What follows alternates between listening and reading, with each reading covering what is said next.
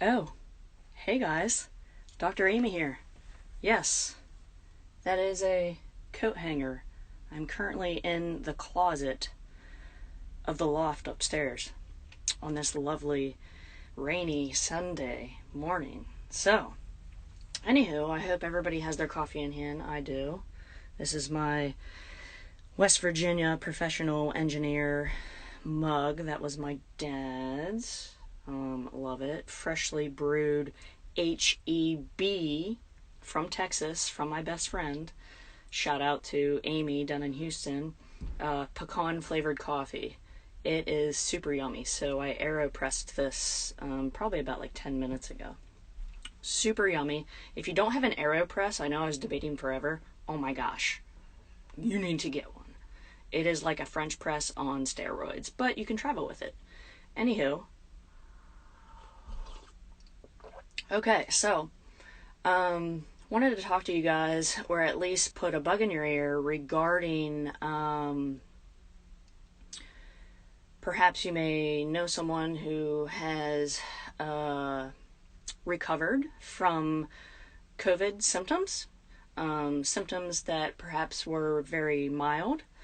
I've actually have seen this a little bit more often in the exercise atmosphere or the gym atmosphere. People, who do their due diligence and recover appropriately to not spread COVID. But when they're able to step back into the gym or fitness atmosphere,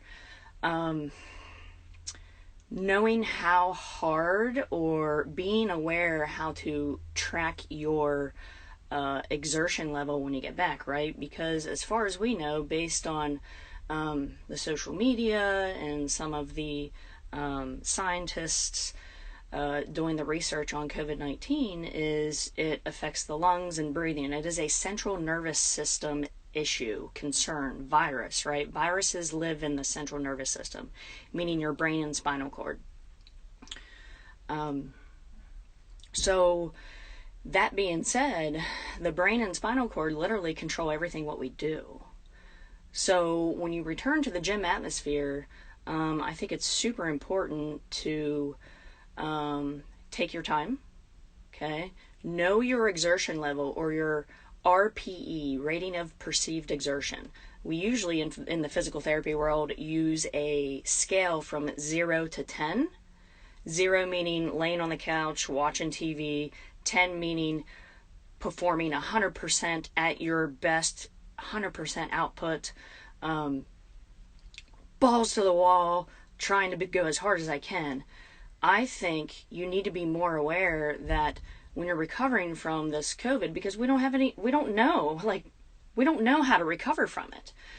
But I think becoming more self-aware of where you are and how you respond to exercise, dosage, and volume post-recovery, I think you need to kind of hone in on yourself between that 1 and 5 RPE range, your rating of perceived exertion. So that might be an effort level of like 50%. Now there might be times where you feel like you can go higher than 50%, which is okay, right? I mean, you have to do you, but I think you need to create this self-awareness on your response to that specific exercise dosage. Whatever you're doing, if you're riding the bike, if you're lifting weights, I think you need to do a gut check and kind of dip your toes back into the fitness atmosphere, especially when you're recovering from something like this. This is recovery from here on out. And I've had patients that I have seen and currently have seen who still have some breathing, like their breathing isn't up to par. Their cardiovascular fitness isn't where it was, which makes sense. So you need to be more self-aware on your exertion levels. I think when you return to the fitness atmosphere, including resistance training, weight training, cardiovascular fitness especially. And I think another good thing to track is water intake. How much water are you getting per day? Are you at least hitting half of your body weight in ounces? If not more, maybe 3/4. I know I posted a little bit earlier this week that I hit about 100 to 130 ounces a day. So that's fairly the majority of my body weight. And I always think of when I hydrate myself that I'm literally hydrating my body. I'm hydrating my blood vessels so I have good oxygenated blood going throughout my body. So water intake, rating of perceived exertion when you're recovering or getting back into the fitness atmosphere post-COVID recovery. And I think another thing too is, when you start to exercise and increase your volume into the gym atmosphere, whether it's lifting or cardiovascular fitness, I think you need to monitor your response within a day or two afterwards. How did you feel? Were you completely exhausted? What type of movements did you do that day? Right? All of that's going to play a role on how you're literally rehabbing yourself after this bout of COVID-19 symptoms. So just to disclaim out there, this is my personal opinion, right? So don't go against your healthcare provider recommendations on this. So I just want to create this self-awareness in order for you to track and hone in on your response to getting back into that exercise gym atmosphere. So,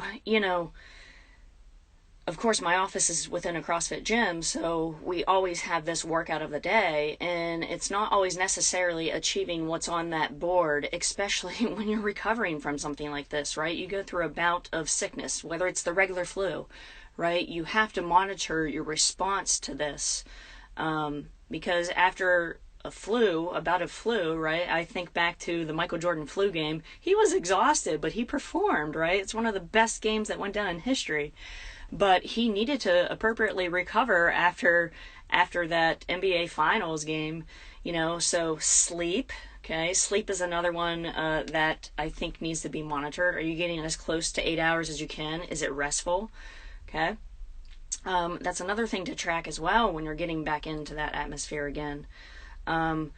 So, going back to the workout of the day, yes, we have a goal to achieve, but your goal is going to be a little bit different, especially when you recover from something like this, whether it is post-COVID, a bout of flu, or even from injury, right? So we have a goal that we want to achieve, but I think we just need to navigate a little bit differently in order to achieve the stimulus that you need, as well as creating the self-monitoring aspect. Hold on. Pecan Coffee, HEB. That's right, not sponsored. Totally should be. So yeah, I think it is just creating this huge self-awareness about yourself. We don't do that often, and I think it's super important, especially at a time like this when our health and wellness needs to be in that top 3 priority list, especially at a moment like this. So, takeaways from this FPT Coffee Talk. When you return to the gym, especially post-COVID, if you've had mild symptoms and you weren't hospitalized, again, this is my professional opinion, is water intake level. How much water are you getting a day? You need to track it. As my dad would always say, garbage in, garbage out. You got to know what's going in, okay? Try to shoot for at least half of your body weight in ounces, if not maybe around that 3/4 part. So, prime example of me, I weigh about 140 pounds, so I try to shoot for 70 or above, but I'm usually pretty close to like 100 or 110, something like that. Water intake level. Sleep, right? You're just recovering from something like this, a bout of flu, right? So your body needs the appropriate rest that it can get daily. So trying to shoot for that like 8-hour window.